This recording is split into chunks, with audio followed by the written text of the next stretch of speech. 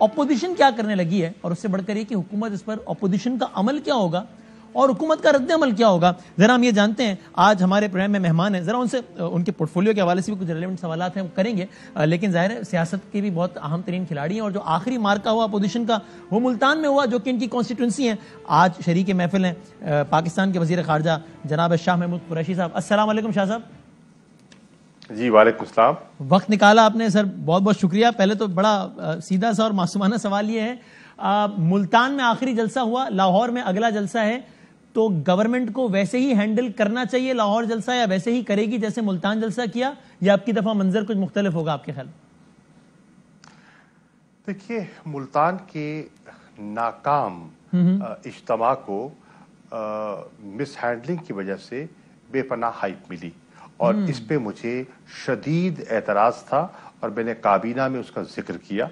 میں سمجھتا ہوں کہ وزیر اعظم کی واضح ہدایات تھیں اور ان ہدایات پر عمل ہونا چاہیے تھا, اور انشاءاللہ 13 تاریخ کو انہوں نے واضح طور پر کہہ دیا ہے کہ دیکھیے ہمارا کام ہے اپوزیشن سے درخواست کرنا کہ جو آپ کرنے چلے ہیں اس سے آپ عوام کا فائدہ نہیں کر رہے. کرونا تیزی سے بڑھ رہا ہے, وبا تیزی سے پھیل رہی ہے, پازیٹیوٹی ریٹ بہت اونچا ہے, آپ ایسا مت کیجئے. ہم درخواست کر سکتے ہیں, ہم آپ پر فیصلہ مسلط نہیں کر سکتے, لیکن اگر آپ ضد رہتے ہیں اور آپ کو لوگوں کا احساس نہیں ہے, نہ معیشت کا احساس ہے, نہ عوام کا احساس ہے, نہ عوامی جانوں کا احساس ہے, تو جلسہ ضرور کیجئے. ہم رکاوٹ نہیں بنیں گے, ہم رکاوٹ ہرگز نہیں بنیں گے, لیکن جو ذمہ داری ہوگی کل کے کانسیکوینسز کی وہ آپ پر ہوگی. شاہ صاحب, ویسے ملتان آپ کہہ رہے ہیں کہ آپ نے یہ وضاحت بھی کر دی کہ ایسا نہیں ہے کہ کوئی کنفیوژن تھا, اوپر سے احکامات واضح نہیں تھے اس لیے نیچے مس ہینڈلنگ ہو گئی. جب اوپر سے واضح ہدایت کی وزیر اعظم صاحب کی, پھر ملتان میں مس ہینڈلنگ کیوں ہوئی؟ میں سمجھتا ہوں کہ مکس سگنلز ان کو دکھائی دے رہے تھے. اچھا. اور مکس سگنلز نہیں ہونے چاہیے تھے. وزیر اعظم کی بالکل واضح سوچ تھی کہ جلسہ نہیں ہونا چاہیے, لیکن اگر وہ بضد ہیں تو ہم نے کوئی تشدد نہیں کرنا, کوئی لاٹھی چارج نہیں کرنا, کوئی رکاوٹ نہیں کرنی, بیجا گرفتاریوں کی ہرگز ضرورت نہیں ہے. اگر آپ ملتان کے جلسے کا تجزیہ کریں, گھنٹہ گھر چوک ایک چھوٹی سی جگہ ہے, 8-9 ہزار 10 ہزار میکسیمم وہ لوگ تھے, جس میں سے 3,000 کے قریب لوگ سندھ سے آئے تھے. 11 جماعتیں اگر 9-10-11 ہزار لوگ جمع کر لیتی ہیں تو کیا قیامت آ جائے گی. اگر کونا قاسم باغ میں ان کو اجازت دے دی جاتی تو ان کی کڑائی کھل جاتی اور حقیقت سامنے آ جاتی. اور مینار پاکستان میں آپ کے خیال میں ایسا ہی ہوگا کہ اجازت دی جائے گی اور یہ ایکسپوز کریں گے آپ لوگ؟ دیکھیے, مینار پاکستان میں ہم آج بھی کہتے ہیں یہ جلسے کا وقت نہیں ہے, یہ وقت کا تعین جو ہے یہ درست نہیں ہے. انہیں آج بھی ہم کہیں گے اپنے فیصلے پر نظر ثانی کریں. ہٹ دھرمی سے آپ ملک کا نقصان کر رہے ہیں, لیکن آپ کرنا چاہتے ہیں شوق سے کریں. ٹھیک ہے شاہ صاحب, ملتان جلسہ 13 کو ہو رہا ہے, کل ایک اجلاس ہو رہا ہے, مریم بی بی کہتی ہیں بڑے اہم فیصلے ہوں گے, لوگ کہتے ہیں کہ جناب استعفوں کا بھی امکان ہے, یعنی کہ خیال ہے. آپ کیا کہیں گے حکومت کے ایک سینئر رہنما کے طور پہ؟ مجھے یاد ہے ظاہر ہے آج اپوزیشن میں تھے, آپ لوگوں نے استعفے دیے تھے, گورنمنٹ نے آپ کو اس وقت کی منایا تھا, پھر آپ لوگوں نے پارلیمنٹ سے رجوع کیا تھا, وہاں آپ نے کھڑے رہ کر تقریر بھی کی تھی کہ ہمارا سیاسی کعبہ ہے, وہ سارا بیک گراؤنڈ بھی ہے میرے ذہن میں.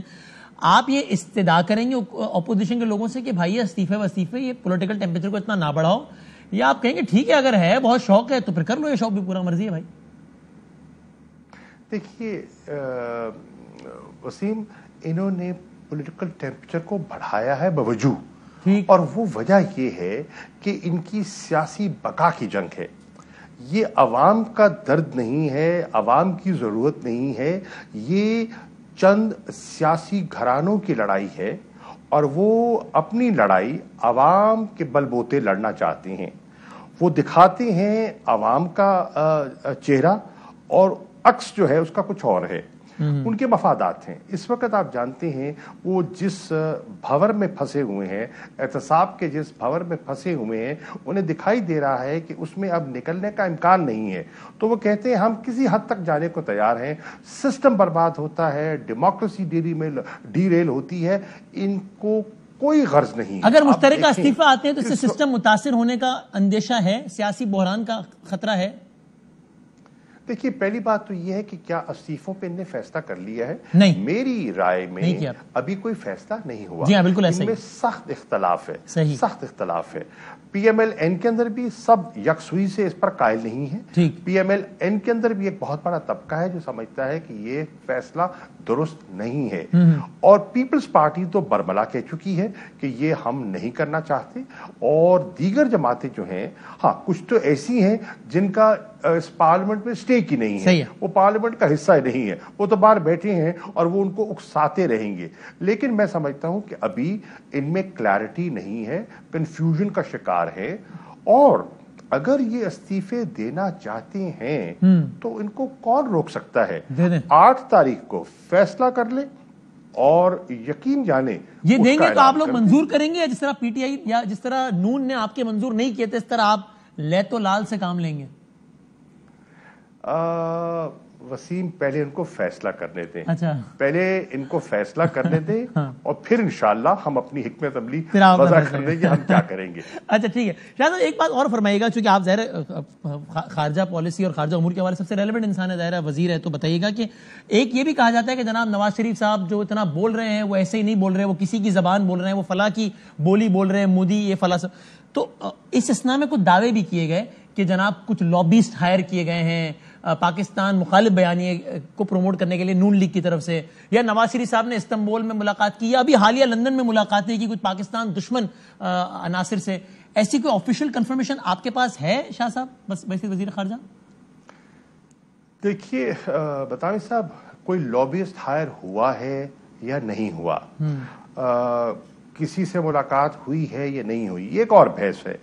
لیکن اس وقت جو وہ گفتگو کر رہے ہیں, جو ان کا بیانیہ ہے, اس بیانیہ سے پاکستان کو فائدہ نہیں ہو رہا. پاکستان کے جو مخالفین ہیں وہ اس سے جس کو کہتے ہیں نا مزہ لے رہے ہیں. وہ سمجھتے ہیں کہ ان کے مفادات پورے ہو رہے ہیں. وہ سمجھتے ہیں کہ پاکستان کے اندر اگر آج عدم استحکام ہوگا تو ان کو اس کا فائدہ ہے.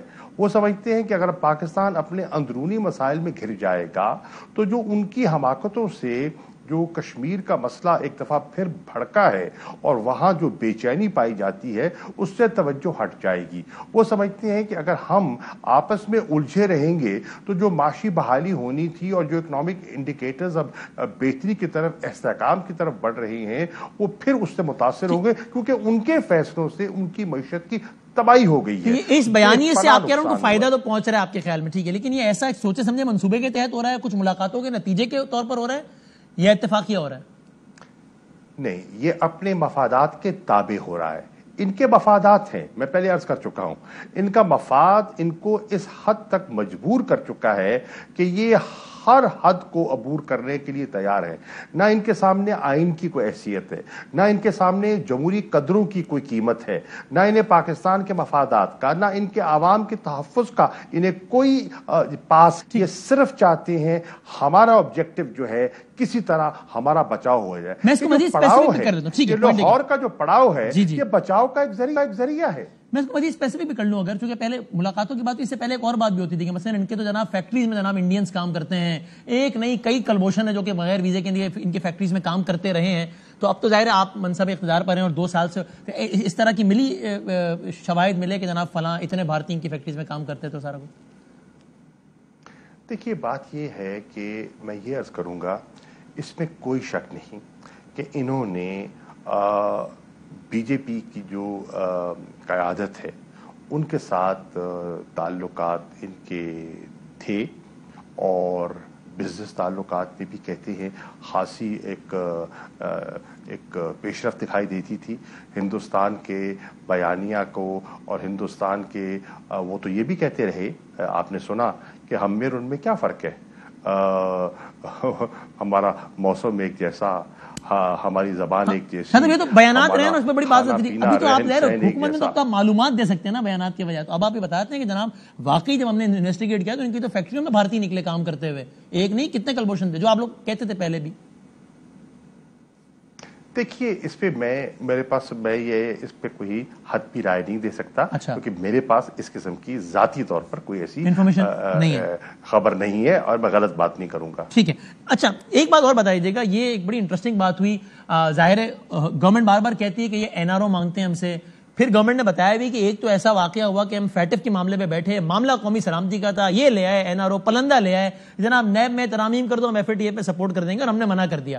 لیکن جو سابق وزیر خزانہ ہے, جو کہ آپ کو بڑے ریلیونٹ آدمی مفتاح اسماعیل صاحب, وہ ہمارے پروگرام میں کچھ اور بولے شاہ صاحب, اور وہ بولے کہ بھائی یہ نیب ترامیم ہم نہیں لائے تھے, مطلب لائے ہم تھے لیکن یہ آئیڈیا فوج کا انیشیٹ کیا ہوا تھا, وہ چاہتے تھے, اور اس کے بعد ہم نے ڈرافٹ کیا تھا. انہوں نے کیا کہا ذرا سنیے گا, پھر آپ سے اپنی رائے دیجیے گا. بیان آیا تھا اس سے پہلے ایاز صادق صاحب کا, وہ ظاہر ایک اور حوالے سے تھا, لیکن یہ ایک مفتاح اسماعیل صاحب کا بیان بھی بڑا ایک مختلف بیان ہے, امپورٹنٹ ہے. ذرا سنیے گا, اپنی رائے دیجیے گا ذرا اس میں.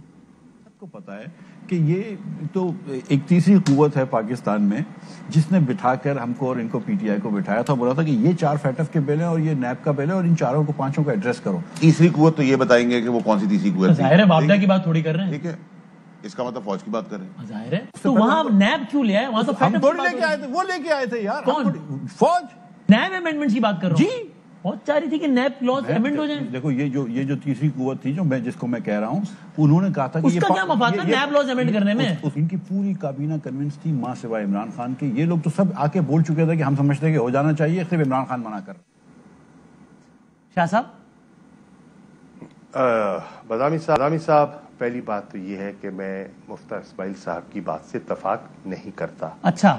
حقائق اس کے برعکس ہیں. اچھا. حقیقت یہ ہے کہ اس نشست سے پہلے ہماری کئی نشستیں ہوئیں جو اسپیکر صاحب کے گھر پہ ہوئیں, اور اس میں مسلم لیگ نون اور پیپلز پارٹی کے جو ذمہ دار حضرات تھے وہ واضح طور پر مجھے, میں اپنا ذکر کر رہا ہوں, اچھا. مجھے کہہ چکے کہ بالکل میں کرتا ہوں, میں نام بھی لے لوں گا اگر آپ کہیں گے تو. لے لیجیے. مجھے کہا کہ لے لوں, لے لیجیے. خواجہ آصف. اچھا, کیا فرماتے ہیں؟ شہری رحمان. ہاں. نوید قمر. اوکے. کہ اگر آپ نیب پر کوئی ترمیم یا نیب پر ہم سے بات نہیں کریں گے تو فیٹف پر کوئی بات نہیں ہو سکتی. In these clear words. میرا موقف یہ تھا, کلیئر ورڈز. اچھا, میں کلیئر ورڈز کہہ رہا ہوں. میرے الفاظ میں کوئی ابہام مبالغہ نہیں ہے اور ابہام بھی نہیں ہے, جھول نہیں ہے. اچھا بالکل. اور میں ان سے بارہا یہ تقاضا کرتا رہا, دیکھیے نیب کی ترمیم کی اپنی اہمیت ہو سکتی ہے, ہو سکتا ہے آپ کی بات پہ وزن ہو, لیکن وہ ایک اور چیز ہے. آپ یہ قومی نیشنل سیکیورٹی کا ایشو ہے, یہ پاکستان کو ہم نے گرے لسٹ سے نکالنا ہے, اور بھارت کے عزائم جو پاکستان کو بلیک لسٹ میں دھکیلنے کے ہیں, ہم نے ان سے پاکستان کو محفوظ کرنا ہے. آپ ان کو جوڑیے مت, علیحدہ دیکھیے, فیٹف پر علیحدہ گفتگو کیجیے, اور نیب کے قانون پر آپ کو اعتراضات ہیں, ہو سکتے ہیں, تو آئیے اس پر علیحدہ بات ہو سکتی ہے. ان کو مشروط مت کیجیے. لیکن انہوں نے ایسا نہیں کیا, انہوں نے شرطیں رکھی. اور جس میٹنگ کا ذکر کر رہے ہیں مفتاح اسماعیل صاحب, اس پر تو پھر وہ پورا پلندہ لے کر آ گئے. وہ 34 ترامیم آپ کے سامنے ہیں جو انہوں نے سامنے رکھ دی, اور کہا کہ یہ ہیں جس پر ہم بات کرنا چاہتے ہیں. اور یہ بھی انہوں نے درست نہیں کہا کہ پارٹی کے سب لوگ اس پر متفق تھے, ماں سوائے عمران خان کے نہیں. پارٹی کے اندر بے پناہ اور پارٹی کے واضح اکثریت سمجھتی تھی کہ اگر یہ ترامیم ہو جائیں تو احتساب کا عمل بے معنی ہو کے رہ جائے گا, اور تحریک انصاف اس کے لیے ہرگز بشمول عمران خان تیار نہ تھے. اور پاکستان کی اسٹیبلشمنٹ کی اس پہ کیا رائے تھی؟ کیونکہ وہ تو کہہ رہے ہیں امینڈمنٹ لائی فوج کے کہنے پہ تھے, فوج نے آئیڈیا پروپوز کیا تھا کیونکہ بیوروکریسی کام نہیں کر رہی تھی. پہلی بات تو یہ ہے, مفتاح بھائی سے یہ پوچھنے والی بات یہ ہے, آپ کا تو سارا بیانیہ یہ ہے کہ ہم اسٹیبلشمنٹ کو سیاست سے دور رکھنا چاہتے ہیں, تو پھر اسٹیبلشمنٹ کے کہنے پہ آپ بیٹھتے کیوں ہیں؟ کس کے کہنے پہ بیٹھے اور کیوں بیٹھے؟ اگر آپ نے اسٹیبلشمنٹ کو چاہتے ہیں کہ وہ کنارہ کش ہو, تو ان کی بات کیوں سنتے ہیں؟ تو لوگوں کو ہاتھی کے دانت دکھانے کے اور چبانے کے اور لوگوں کے سامنے بیانیہ اور بند کمروں میں آپ کی گفتگو اور. یہ بات ٹھیک ہے آپ کی, یہ بالکل ویلڈ پوائنٹ ہے. اور ویسے آپ بتائیے کیونکہ شاہد خاقان عباسی صاحب بھی اب سے کچھ دیر پہلے ارشد شریف صاحب کے پروگرام میں بولے کہ فیٹف کے معاملے میں ہماری گورنمنٹ سے بات نہیں ہوئی, ہماری سیکیورٹی اداروں سے بات ہوئی ہے. دیکھیے وہاں اگر میں بیٹھا تھا, وہاں اگر ہمارے لا منسٹر بیٹھے تھے,